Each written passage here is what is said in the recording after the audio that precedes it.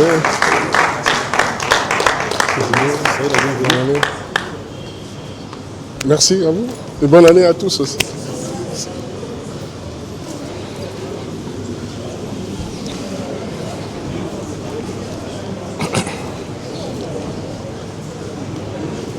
Mesdames et messieurs, bonsoir et bonjour partout où nous recevez. Nous sommes dans l'émission Grand Public 30 jours pour convaincre en toute transparence. Et ce soir, nous recevons Justin Désiré Mondele. Monsieur le ministre, bonjour. Bonjour, monsieur Dimi. Vous êtes ministre de l'assainissement urbain, du développement local et de l'entretien routier. Vous partagez avec 36 autres membres du gouvernement le bilan du quinquennat 2021-2026. Et c'est aujourd'hui avec vous et les Congolais que vous avez de part et d'autre, y compris mes deux collègues Marna Mankene, elle est directrice de l'information à Vox Télévision.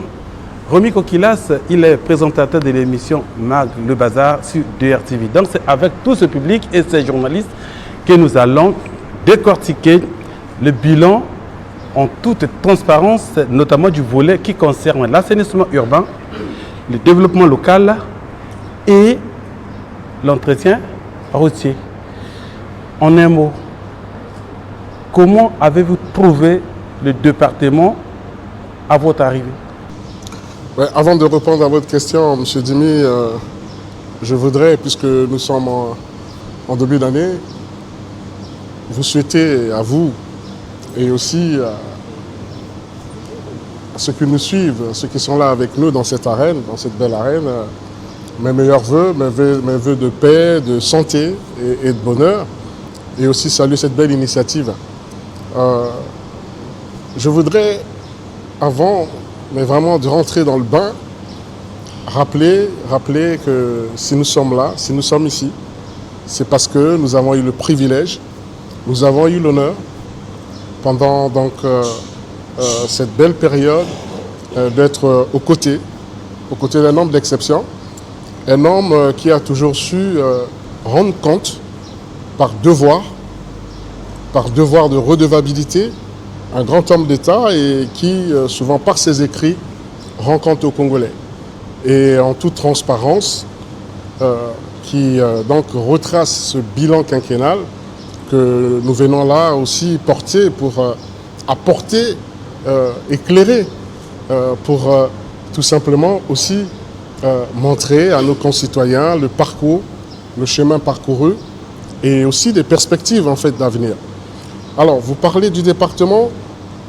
En parlant du département, donc de l'entretien routier, de l'assainissement, de l'entretien routier et du développement local, il faut dire que c'est une innovation.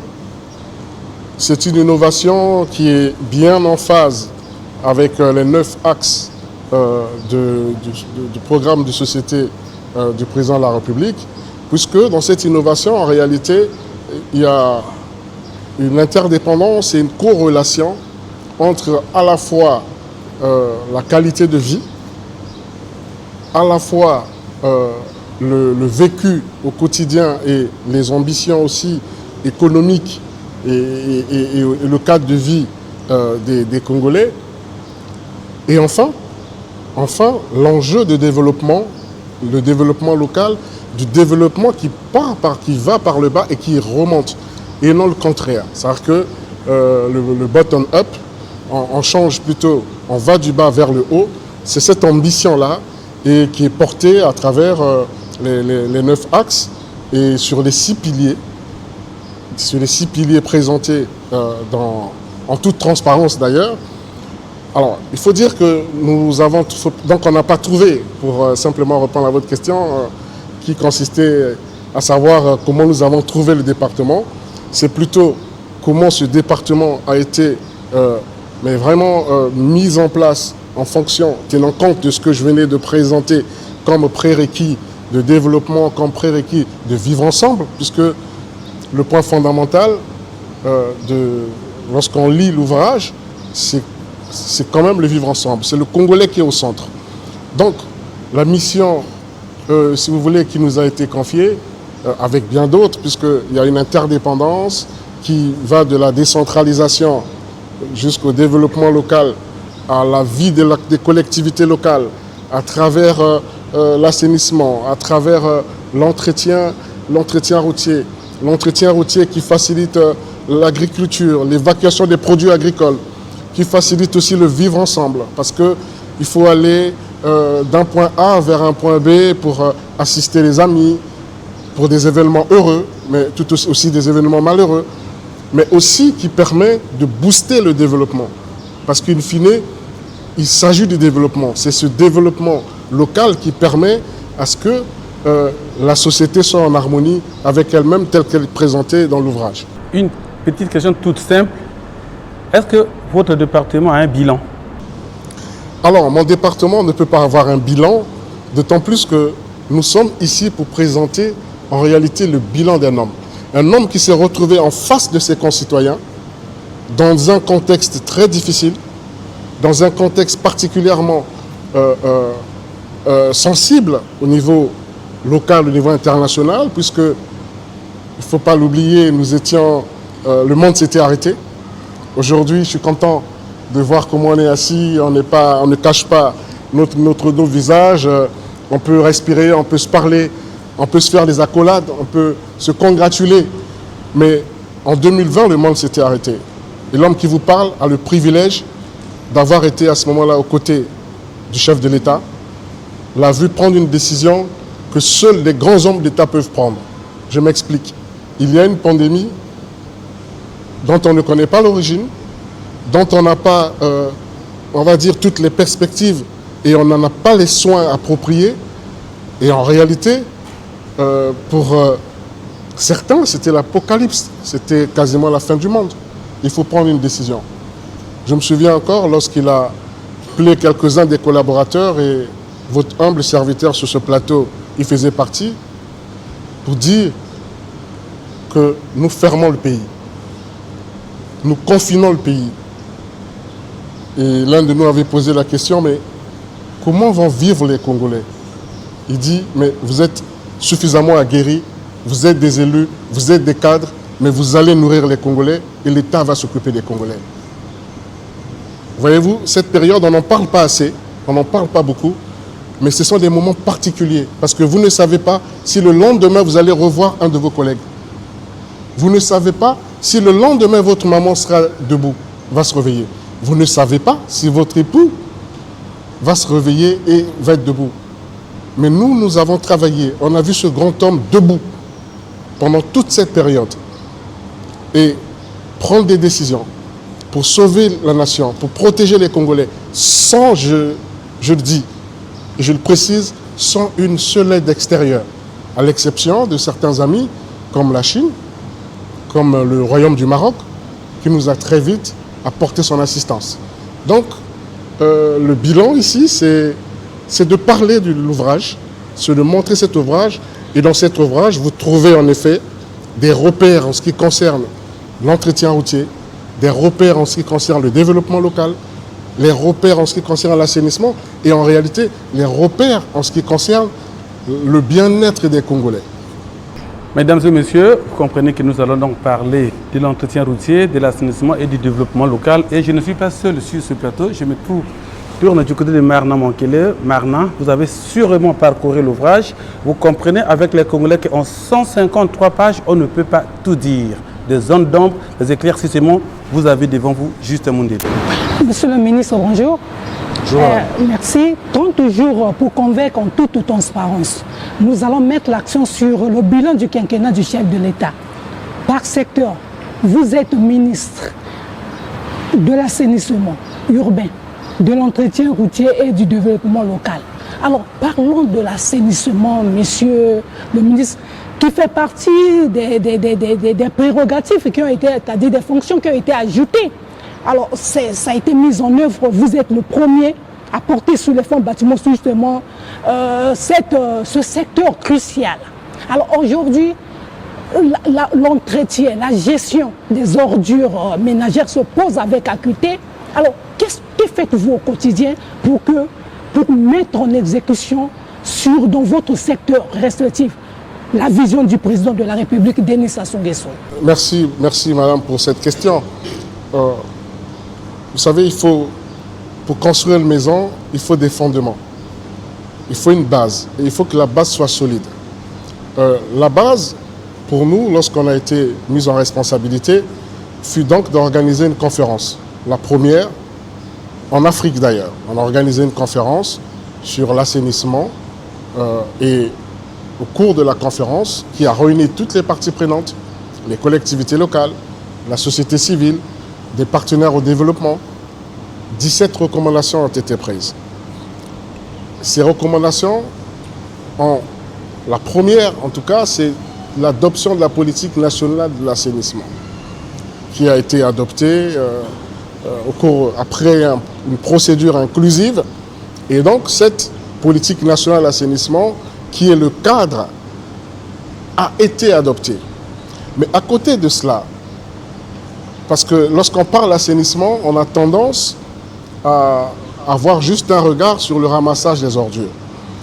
La démarche, elle est holistique. C'est-à-dire que la démarche telle qu'adoptée dans cette politique de l'assainissement est une démarche, disais-je, holistique, mais qui commence au niveau du ménage, ou au niveau de l'industrie, ou au niveau du commerçant, ou au niveau de l'entreprise, et qui va aller jusqu'à tout le process de ramassage des ordures, de transfert, et aussi de la transformation. Parce que au cours de la conférence, je disais ordure, c'est de l'ordure, qu'il suffisait de transformer cette matière première, qui en est une, puisque certains utilisent cette matière première pour enrichir le sol.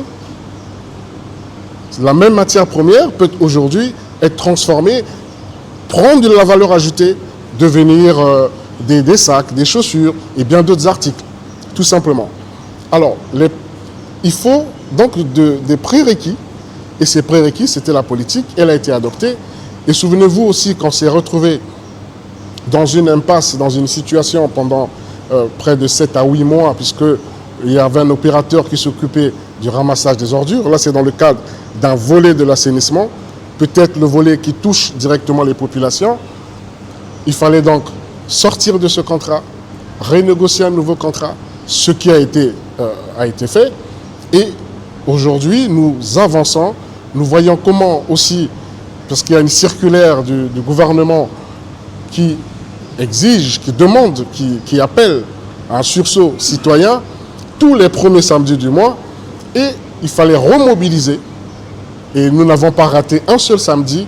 Et aujourd'hui, devant ce public qui est ici, qui est l'échantillon de la population, j'aimerais bien féliciter ce public, cette population, qui tous les premiers samedis du mois n'a pas dérogé à la règle, en se regroupant en association ou simplement en individualité, en groupement de quartier, et qu'on les a vus à l'ouvrage, curer les caniveaux, nettoyer des bassins versants, nettoyer des collecteurs.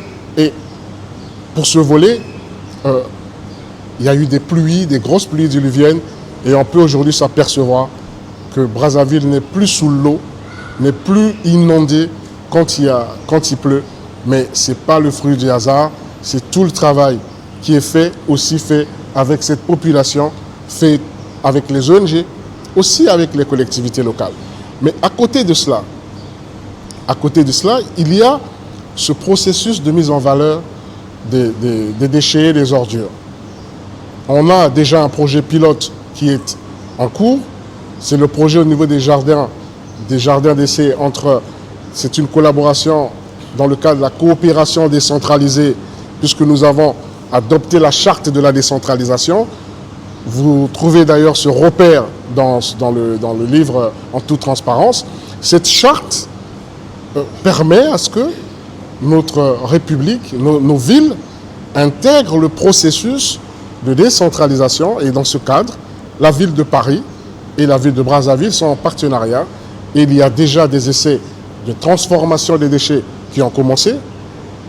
Et sur le site de l'Ifula, il y a une entreprise qui va bientôt s'installer aussi pour que le tri se fasse. Donc, mais au-delà de ces deux aspects, il y a aussi des opérations pilotes, des projets pilotes. Il y a le projet Ville Résiliente. Le projet Ville Résiliente qui, à la base, devait toucher 3 villes secondaires, devait toucher Owando, Nkayi et Gamboma. mais pour des raisons aussi des moyens et comme on pouvait dupliquer le modèle, il a été retenu au Wando et Nkayi. Aujourd'hui, vous allez au Wando.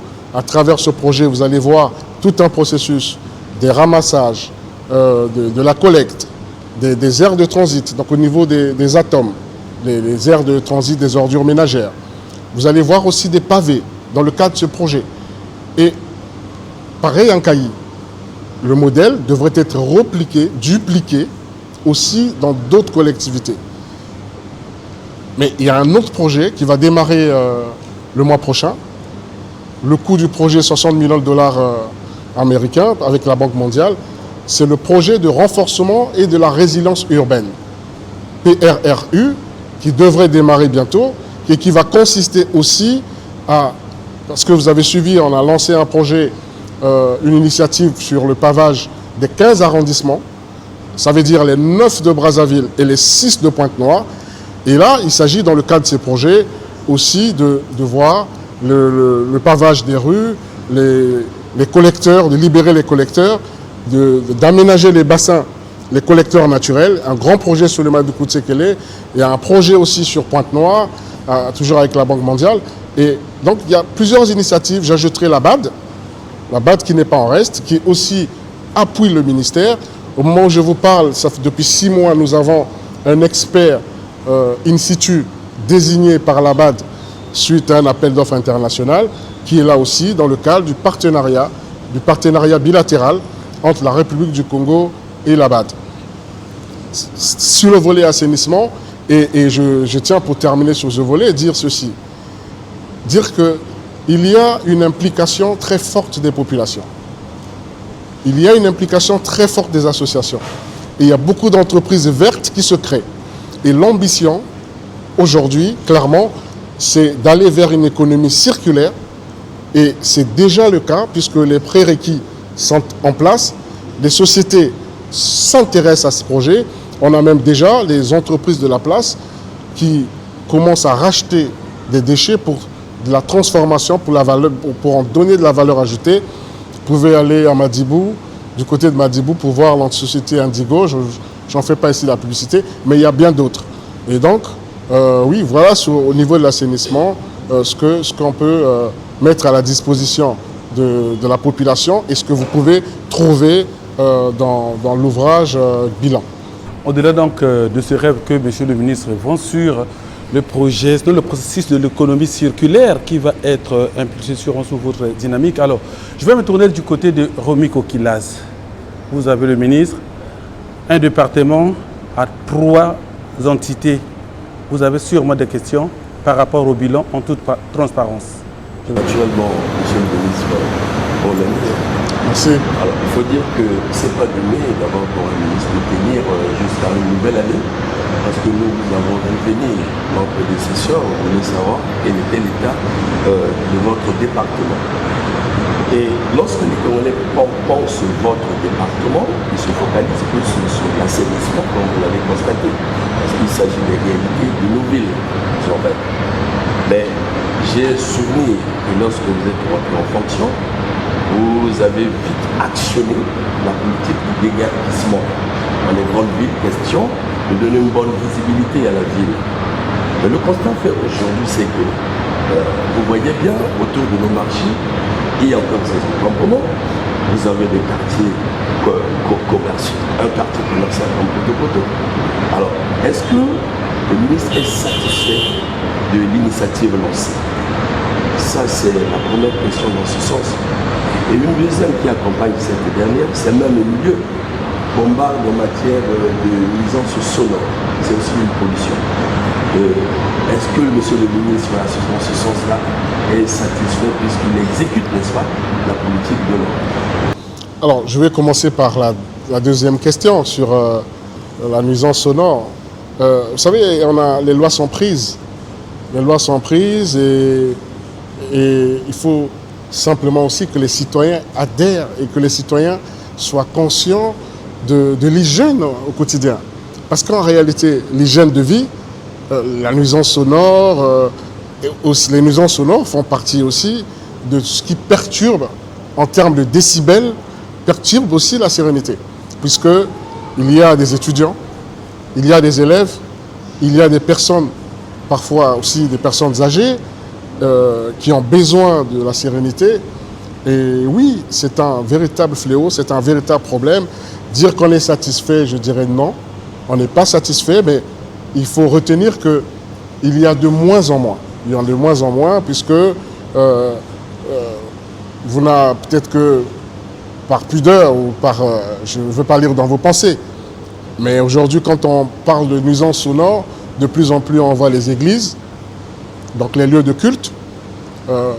Quand on parle de nuisances sonores, on parle des lieux de jouissance, comme des bars dancing et autres. Mais je pense qu'à ce niveau-là, il y a un travail qui est fait. Il y a une sensibilisation qui porte.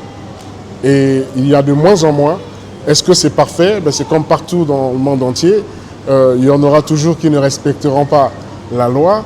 Il y en aura toujours qui essaieront d'être un peu à contre-courant. Mais ce qui est sûr, c'est que de moins en moins on observe ces phénomènes, sauf, hélas, ou peut-être pas hélas, il faut plutôt dire, sauf pendant les périodes de fêtes telles qu'on a eu la fin de l'année. Est-ce qu'à ce moment-là, il fallait empêcher le Congolais de s'exprimer, de crier bonne année, ou de crier nous y sommes, c'est la nouvelle année, et chacun à son domicile augmente un peu ses décibels? Est-ce qu'à ce niveau-là, on devrait être répressif? Non. Maintenant, sur le déguerpissement, oui, je peux presque dire qu'on est satisfait, parce que on a commencé par la méthode un peu dure, mais on a fini par comprendre aussi, par voir l'adhésion populaire. Voyez-vous, on a fait tous les arrondissements. Aujourd'hui, on peut trouver des voitures, on trouve de moins en moins des épaves appartenant aux propriétaires devant leur parcelle, parce que maintenant, chacun sait ce qu'il peut encourir. Et le problème des marchés, autour des marchés, il y a la problématique du marketing, de la vente, de s'approprier en réalité le commerce. Je prends l'exemple du grand marché Total, le marché Bernard Colélas, où en réalité, à tort ou à raison, on a dit à certains, si tu es dans le marché, les clients auront du mal à aller vers toi. Donc, pour être sûr que ta tomate sera achetée, vaut mieux aller vers le client. Et comme le client est motorisé, il est en voiture, il est véhiculé, il faut donc aller dans la rue. Donc il faut courir deux dangers. Le premier danger, c'est que sur la grande artère, il y a risque d'accident. Premier danger. Le second danger, c'est que vous êtes nombreux sur la voie publique et ta tomate se retrouve à même le sol. À même le sol. Donc en réalité, perd de la valeur. Et je pourrais ajouter un troisième point, c'est que c'est une concurrence déloyale vis-à-vis de ceux qui sont dans le marché et qui ont payé leurs taxes. Mais vous avez suivi, et je sais que vous suivez, puisque vous faites vous-même des émissions un peu populaires aussi sur ces sujets, et vous voyez bien que de plus en plus, les marchés, ces riverains des marchés, ces commerçants à la sauvette, regagnent les marchés. Ils posent un autre problème, qu'il n'y a pas assez d'espace dans les marchés. Bon, il suffit de faire un tour au marché Bernard Colélas pour se rendre compte qu'il y a des espaces qui ne sont pas occupés. Et on est en train de travailler pour qu'il n'y ait plus personne sur la route, que tout le monde occupe le marché ou rien. Parce qu'un constat a été fait. Lorsqu'on a fait le déguerpissement et que les usagers, les commerçants plutôt, ont regagné les marchés domaniaux, nous avons mené une petite enquête. Il a été constaté par exemple qu'une maman qui vendait devant, pas loin du pont de Centenaire, regagnait le marché de Diata, son chiffre d'affaires augmentait. C'est des témoignages qu'on a pu avoir. On a même fait une émission comme ça sur Radio Congo, avec d'ailleurs ces vendeuses et ces vendeurs qui disaient mais finalement c'était bien de gagner le marché parce que le chiffre d'affaires avait augmenté. Donc c'est cette économie informelle qui n'est pas à confondre avec l'économie de la rue parce que l'économie informelle est véritablement une économie qui, j'insiste, n'est pas une économie parallèle ou souterraine, mais c'est une économie qui vient booster notre économie, puisque de l'économie parallèle, on n'a qu'une seule ambition naturelle, c'est de basculer vers l'économie réelle, puisque lorsqu'on verra ces chiffres augmenter, avec ces ambitions, avec tous les mécanismes aussi qui sont mis en place de l'appui comme le FIGA, et on voit bien, il y a même des mécanismes, des initiatives privées qui viennent appuyer ces commerçants. L'ambition, l'objectif, c'est de grandir, de voyager, d'aller acheter sa marchandise. Mais à un moment donné, le faire dans des conditions informelles devient difficile. On bascule vers le formel puisqu'on a pris, entre guillemets, un peu de poids. Donc voilà ce qu'on peut dire sur les déguerpissements. D'ailleurs, qui ne s'arrêtent pas, qui continuent. Mais si on met le curseur à 0 et de 0 à 100, aujourd'hui, on est quand même autour de 60, 65. Et donc, c'est plutôt intéressant. Mais on continue, on poursuit, on ne baisse pas les bras. Monsieur le ministre, vous êtes chargé de l'entretien des routes au Congo. Avant d'arriver à l'entretien des routes proprement dit, est-ce que dans les 5 dernières années, en termes de construction des infrastructures routières, il y a un bilan? En toute transparence. En toute transparence, le Congo, c'est 40 000 km de route. En toute transparence, c'est 12 000 km de routes bitumées. En toute transparence, on part de Pointe-Noire, aujourd'hui avec le corridor 13, jusqu'à N'Djamena, en passant par Bangui. En toute transparence. Il y a un projet qui va relier Kinshasa, Brazzaville à Kinshasa, Kinshasa à Brazzaville. Et donc, aujourd'hui, au-delà de ces routes qui font le bonheur aussi des usagers, puisqu'on peut partir de Pointe-Noire à Brazzaville aujourd'hui avec un paysage luxuriant, avec une beauté mais tellement naturelle du paysage congolais, ces savanes, ces vallées. Et c'est magnifique de faire la route. On a cette belle route entre Brazzaville, Pointe-Noire, mais Brazzaville, Pointe-Noire, Brazzaville, Ouesso aujourd'hui avec le corridor 13, Bangui, demain, N'Djamena. Donc oui, mais à côté de ces routes, il y a aussi des routes rurales. On en a mis en service la route de Komono, Mbila, par exemple, mais c'est des routes comme ça, des routes secondaires qu'on ne voit pas, mais qui sont au quotidien mis en service, qui sont des routes et qui véritablement participent à l'économie de proximité, à l'économie rurale, à l'évacuation des produits. Il y a aussi des ponts pour relier ces routes.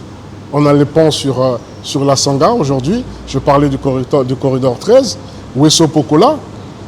Il y a au niveau de la Bwenza aussi des ponts entiers qui relient les communautés, les collectivités. Maintenant, on peut aujourd'hui partir. Le Congo, on peut sillonner le Congo d'est en ouest, de nord au sud, en véhicule. Oui, vous me direz certainement, mais à tel endroit, il y a quelques difficultés, à tel autre endroit, il y a des difficultés. Mais il est possible de se déplacer en véhicule. Il est possible de quitter Brazzaville pour aller dans tous les départements, au départ de la capitale, pour faire tous les départements en véhicule. Cela est possible. Donc, l'état je disais qu'on a 12 000 km bitumés, sur 40 000 km où on a une partie en terre, donc des routes latéritiques qu'il faut aménager, qu'il faut renforcer. Et nous continuons ce travail, ce maillage, cette interconnexion entre communautés, entre villes, entre communes. Est-ce que l'entretien suit? L'entretien, je vais vous ramener à la décentralisation. Parce que l'entretien fait partie des matières qui sont transférables. Et l'entretien, vous savez que notre pays, le président de la République a voulu que le Congo soit décentralisé. Nous sommes l'un des rares pays sur le fronton de la Constitution, c'est bien écrit et précisé. La République du Congo est un État laïque, décentralisé, unitaire, j'insiste, unitaire et décentralisé. Et il y a des matières qui sont transférables. On en a 13. Et parmi les matières partagées entre le gouvernement et les collectivités locales, il y a l'entretien routier. Parce qu'il y a des routes secondaires, il y a des routes nationales, il y a une classification des routes, il y a des routes nationales, il y a des routes départementales. Au fur et à mesure, les routes sont entretenues et il y a cette demande pressante et légitime des populations, c'est de voir des routes bitumées, parce qu'on est habitué aussi à voir ces routes bitumées. Et donc, au niveau de notre pays, que ce soit au niveau CEMAC, au niveau intramuros, nos routes sont non seulement des routes départementales, des routes nationales, mais sont aussi des routes interdépartementales. Au niveau de Pointe-Noire, on peut aller à Luanda, on peut aller, quand je dis Luanda, en Angola, donc en passant par le Cabinda, on peut aller au Gabon, au niveau du département du Niari, on peut aller à partir de l'Alekoumou, aller au Gabon, on peut aller au Cameroun à partir de Ouesso. Donc, et on peut aller dans tous les départements. Il n'y a pas un seul département qui ne soit pas accessible en route. Voilà. Marna Mankele. Monsieur le ministre abondant dans le même sens que vous, c'est-à-dire qu'aujourd'hui, le mariage en infrastructure routière du territoire, que la connexion entre le Congo et les pays de la sous-région, là ne se pose pas. Le quinquennat, il faut l'avouer que le président de la République a travaillé, il a vraiment fait des efforts pour qu'on puisse quitter aujourd'hui de Brazzaville et aller au Gabon en passant par le sud, même par le nord, via Bunzi et puis Evo, on arrive à Libreville sans un problème. Mais monsieur le ministre, aujourd'hui, l'entretien routier au niveau des voiries urbaines, des grandes agglomérations comme Brazzaville et Pointe-Noire, que pouvez-vous dire à ce? Alors, sur les voiries urbaines de Pointe-Noire et Brazzaville, avant de parler de voiries urbaines, je voudrais parler de Bunji Evo. Bunji Evo, c'est, j'ai presque envie de dire, de Pointe-Noire Evo. Voilà, je vais vous parler de Pointe-Noire Evo.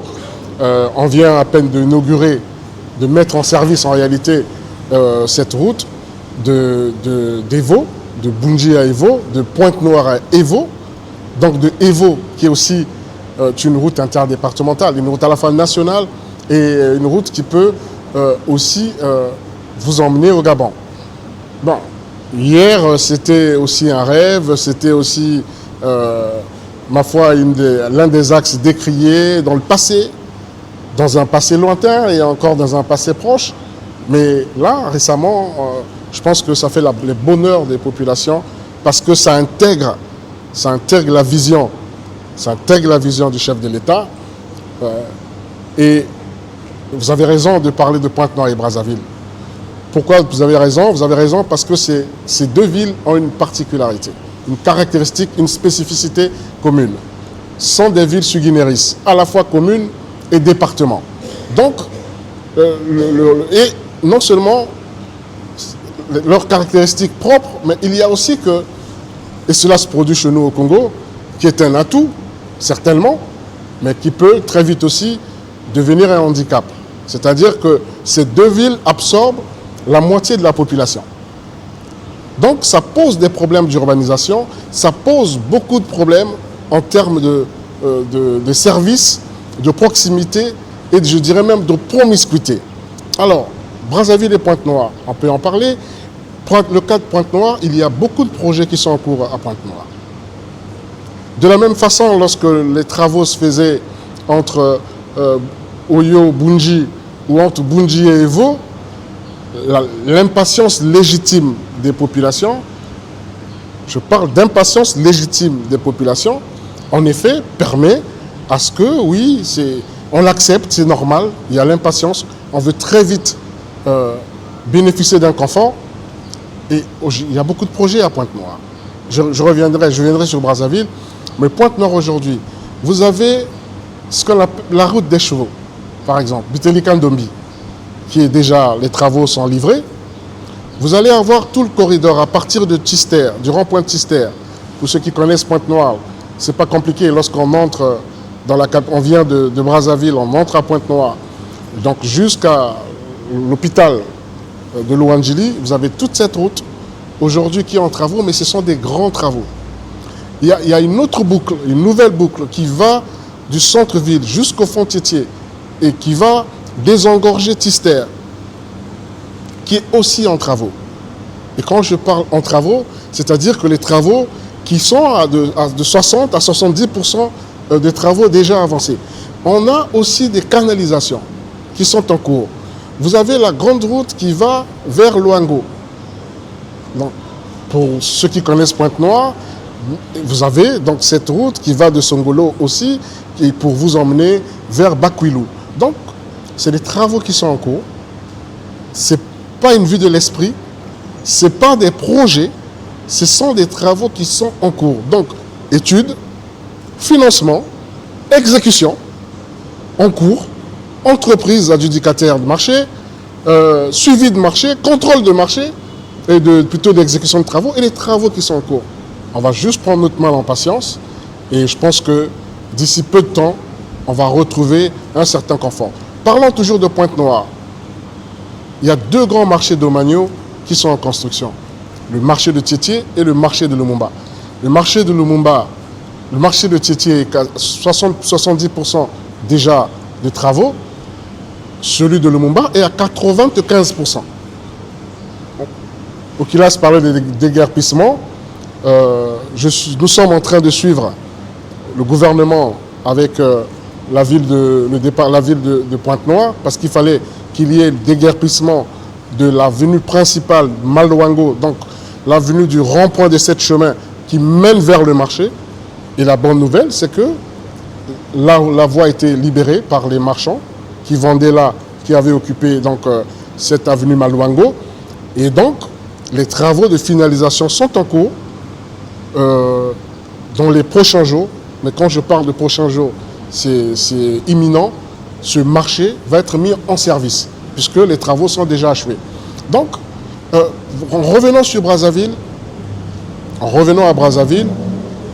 y a beaucoup de travaux en cours à Brazzaville. En même temps, quand il y a des travaux, ça gêne un peu les usagers. Ça crée quelques embouteillages. Je pense que si on circule un peu dans Brazzaville, on peut voir qu'il y a des travaux, il y a des artères qui sont fermées. On voit bien qu'il y a l'éclairage public qui est en train de s'installer. On voit bien qu'il y a des travaux qui se font. Et prenons notre mal en patience.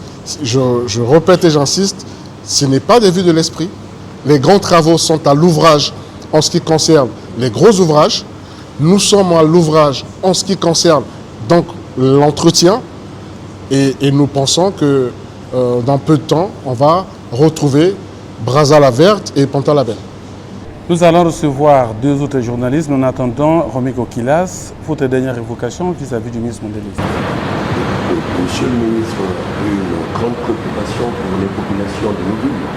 À Pointe-Noire, on parle de Maputo. Je pense que vous en savez quelque chose, les millions au clavier. Le Dibodo. Oui, les Dibodo. Ce n'est pas les Dibodo, c'est le Dibodo, qui est une rivière en fait. À Brazzaville, on parle de Simbapel. C'est des urgences qui datent dans les villes, et nos villes sont souvent inondées. Nous voyons les efforts souvent du gouvernement. En passant, vous avez parlé de certains cours d'eau naturels qui devaient susciter, n'est-ce pas, l'évacuation des eaux de nos grandes villes. Je pourrais citer la Tchémie qui a un projet, mais qui date d'être exécuté. Il y a Kili Talanay, dont l'exécution était déjà entamée, mais qui a connu le déguerpissement des populations. Donc, il se pose ce problème d'aménagement jusqu'aujourd'hui. Et monsieur le ministre, en perspective, qu'est-ce que vous pouvez dire? Ce n'est même pas en perspective, c'est en cours. C'est-à-dire que Kele Madoukou, ce n'est pas une perspective. C'est-à-dire que, bon, je vais parler déjà de déguerpissement, c'est en réalité pas un déguerpissement. Ce fut des occupations illégales, mais le président de la République a tenu à ce que ces familles ne soient pas déguerpies sans qu'on les reloge en réalité, parce que ce sont des familles qui ont occupé le bassin versant de Madoukou. Et aujourd'hui, c'est que le temps du projet, si le projet a pris beaucoup de temps pour démarrer, c'est parce qu'il fallait en toute transparence reloger les familles, donner des moyens à ces familles de se reloger, et les travaux sont en cours. les travaux concernant le bassin, donc le Madoukou, la rivière Madoukou, la Timé plutôt. Et vous parlez bon, en réalité, Pointe-Noire, il y a un problème au niveau du Tchinyuka. C'est la rivière Tchinyuka. Et bon, ce qu'on appelle par le Dibodo, on va dire, ce sont les zones un peu marécageuses, vers Saint-Pierre, vers l'OCH. Mais là aussi, il y a un financement, il y a un projet qui est en cours, il y a des canalisations qui sont en cours d'exécution. Donc là, on ne parle plus de perspectives, on parle des projets en cours. Les perspectives sont plutôt déjà sur le PRRU, le programme de renforcement et de la résilience urbaine. C'est un projet qui est déjà validé par le conseil d'administration de la Banque mondiale, qui va démarrer à la fin du mois de janvier. Ça, ce sont des perspectives. Donc ces projets vont venir aussi renforcer vos préoccupations, en tout cas soulager les populations à travers les aménagements des collecteurs, des bassins versants, des voiries urbaines, à travers les pavés et autres. Et il y a un autre projet, je parlais aussi de la BAD, il y a un projet avec la BAD qui est aussi déjà acquis. Et il y a aussi que la loi des finances 2025, de notre loi des finances, a prévu aussi des mécanismes de financement en ce qui concerne donc les travaux, des projets au niveau urbain et au niveau pas seulement des deux capitales, mais au niveau aussi des villes secondaires. Voilà, nous allons donc recevoir nos deux autres journalistes. Merci Romy Kokilas, merci Bernard Mankele. À très très bientôt. Merci à vous.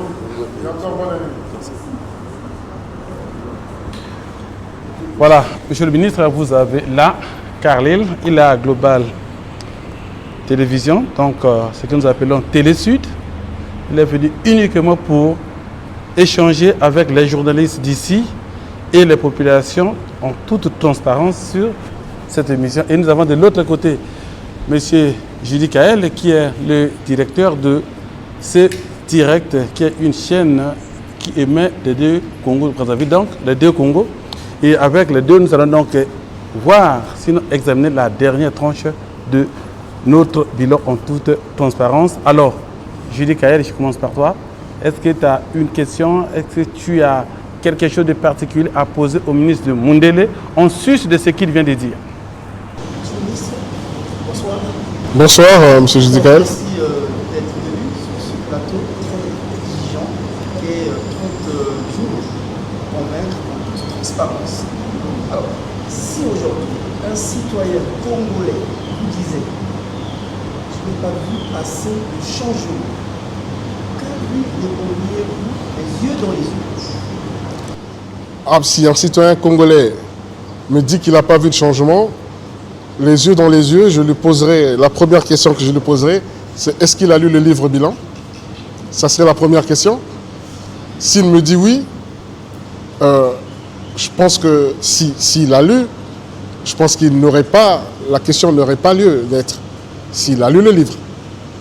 Maintenant, s'il n'a pas lu le livre, il dit qu'il n'a rien vu, là, ça pose un problème parce que le devoir de redevabilité, cet exercice qui est un exercice républicain que le président régulièrement arrive à le faire avec ses populations, je pense que devrait faciliter à ce que les uns et les autres s'approprient en réalité le bilan. Après, il y a la bonne foi.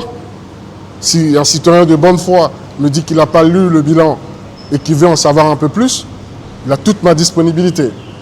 Maintenant, si un citoyen de très très bonne foi me dit qu'il n'a pas lu le livre, qu'il n'a rien vu, à ce moment-là, ça va être difficile. Vous savez, on est dans un exercice aussi politique. Un exercice aussi politique où le nihilisme, le ni aussi peut parfois prendre le dessus sur la réalité.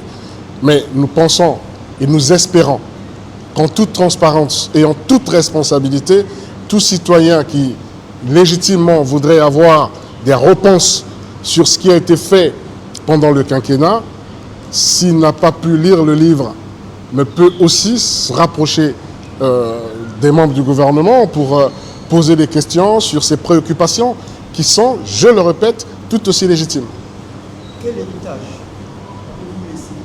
Vous allez laisser peut-être dans quelques mois aux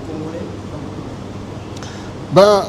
Écoutez, il y a une phrase dans le livre, si vous l'avez lu, que moi particulièrement j'aime bien, c'est le pacte vers le futur.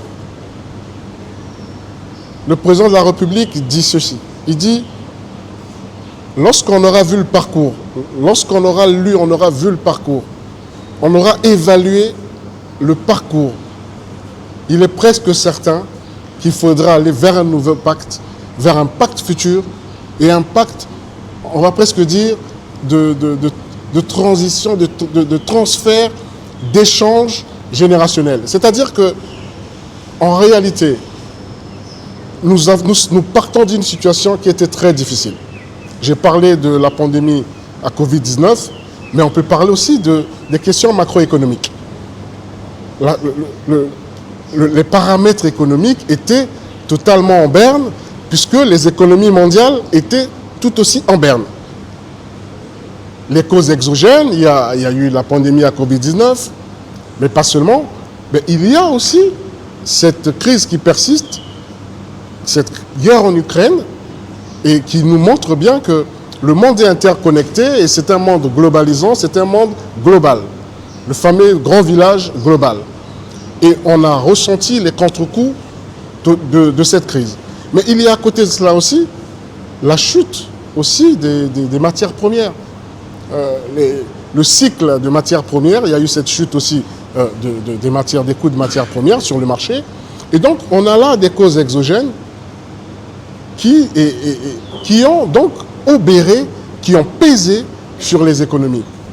Et je disais d'entrée de jeu que lorsqu'on a traversé ce purgatoire de Covid-19, nous n'avons pas reçu l'aide attendue, l'aide que la plupart des pays ont reçue pour essayer de remonter la pente.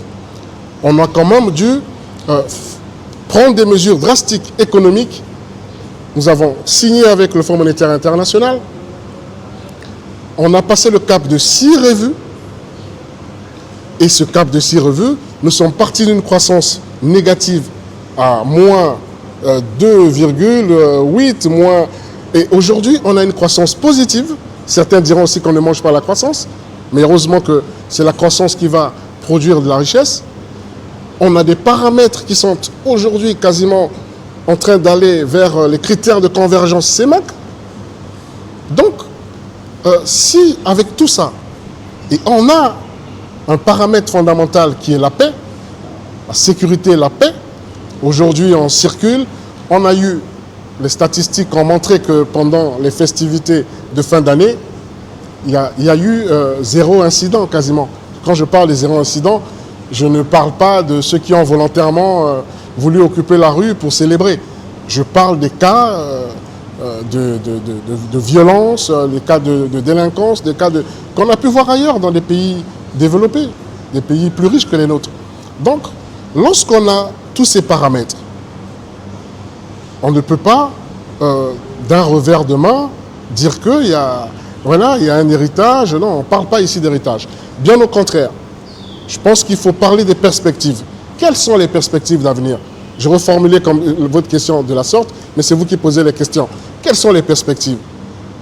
Les perspectives sont très bonnes parce que les prérequis sont là. Les préalables de croissance sont là. Les piliers, on les a présentés. Donc, il faut maintenant simplement actionner sur les leviers, et c'est ce que le gouvernement de la République, sur donc les instructions du chef de l'État, est en train de faire. Ces leviers actionnés, naturellement, il n'y a pas de fatalité. Le Congo marche vers inéluctablement son développement.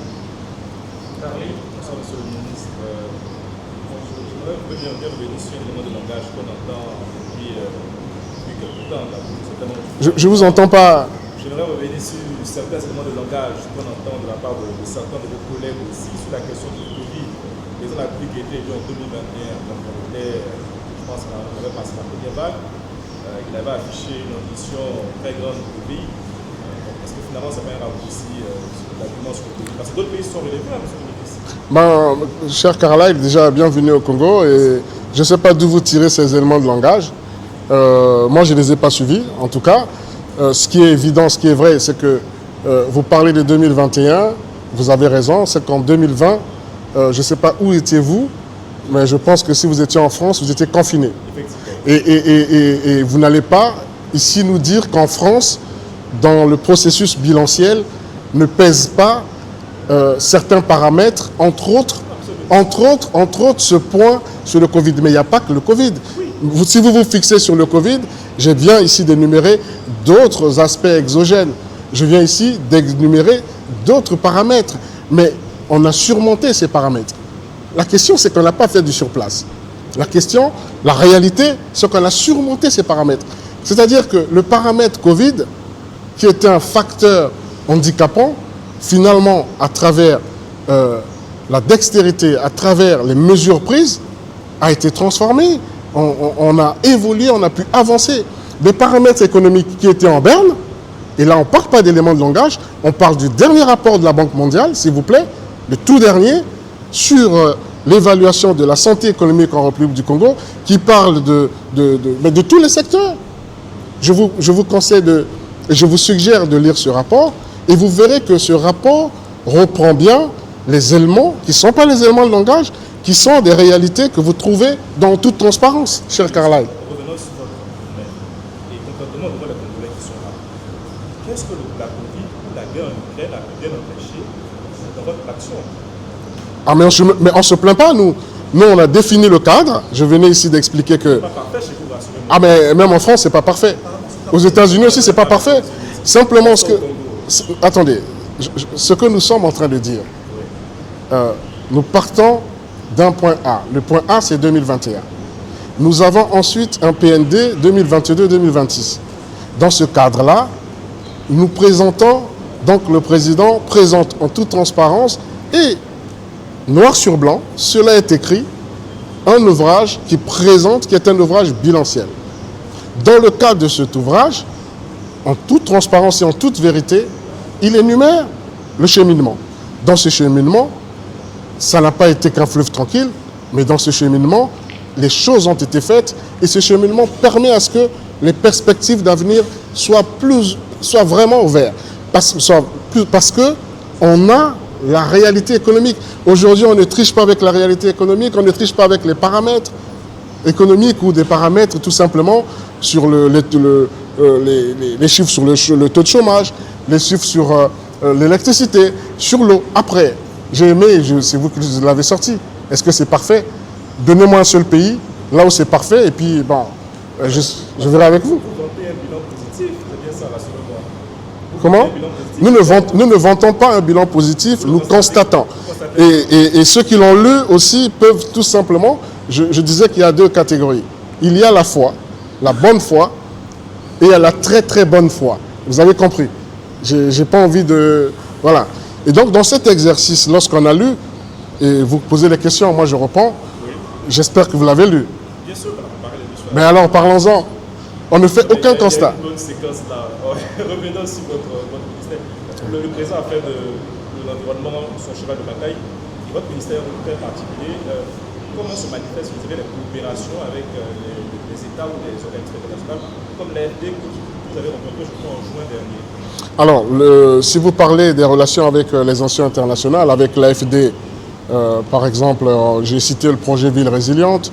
Avec la Banque mondiale, on a le projet de renforcement et de résilience urbaine qui va démarrer là incessamment. Nous avons un accord aussi avec l'UNICEF, avec l'ABAD, mais tout ceci est fait aussi avec un engagement de l'État, un engagement budgétaire de l'État, avec aussi les experts étatiques qui sont engagés, les collectivités locales elles-mêmes, en ce qui concerne les grandes villes, Pointe-Noire, Brazzaville et même les villes secondaires. On a présenté ici un projet pilote qui a été exécuté dans une ville qui peut être une ville de taille moyenne, qui s'appelle Owando, dans le nord du Congo, et notre ville de petite taille, Nkayi, au niveau pas loin de Lizy. Donc, en réalité, le processus en ce qui concerne les relations, si vous voulez parler de nos relations multilatérales ou bilatérales, elles sont très bonnes, mais elles sont surtout appuyées par une politique nationale qui est définie, par une politique nationale qui est ambitieuse en la matière, une politique qui, elle, nous exige et nous impose à aller vers une économie circulaire parce que l'objectif, c'est cette jeunesse qui représente les 2/3 de la population qui doit, à travers cette économie circulaire, se retrouver, et cette jeunesse qui est déjà dans les tuyaux de cette économie puisqu'elle a les initiatives, elle crée les entreprises vertes, elle est vraiment dans ce... Voilà, nous arrivons donc à la fin de ce numéro de 30 jours pour convaincre en toute transparence. Nous rappelons que nous avons reçu Justin Désiré Bondele. Il est ministre de l'assainissement urbain, du développement local et de l'entretien routier. Je n'étais pas seul sur ce plateau. J'étais avec Marna Monkele, directrice de l'information à Vox TV, avec Romy Kokilas, présentateur de l'émission Mag le Bazar sur DRTV, avec Julie Kael, qui est lui directeur de C-Direct, et Carlyle, qui est lui agent ou responsable de Global Africa Télé-Sud. Alors, merci à tous, monsieur le ministre. Merci beaucoup. J'aimerais bien avoir le dernier mot. Quand même, saluer ce public, applaudir ce public. Voilà, saluer ce public et réitérer mes voeux à ce public, puisqu'elle représente ici la population, et dire à ce public qui est jeune que les perspectives d'avenir, les perspectives sont bonnes. Et poursuivons la marche. Je vous remercie.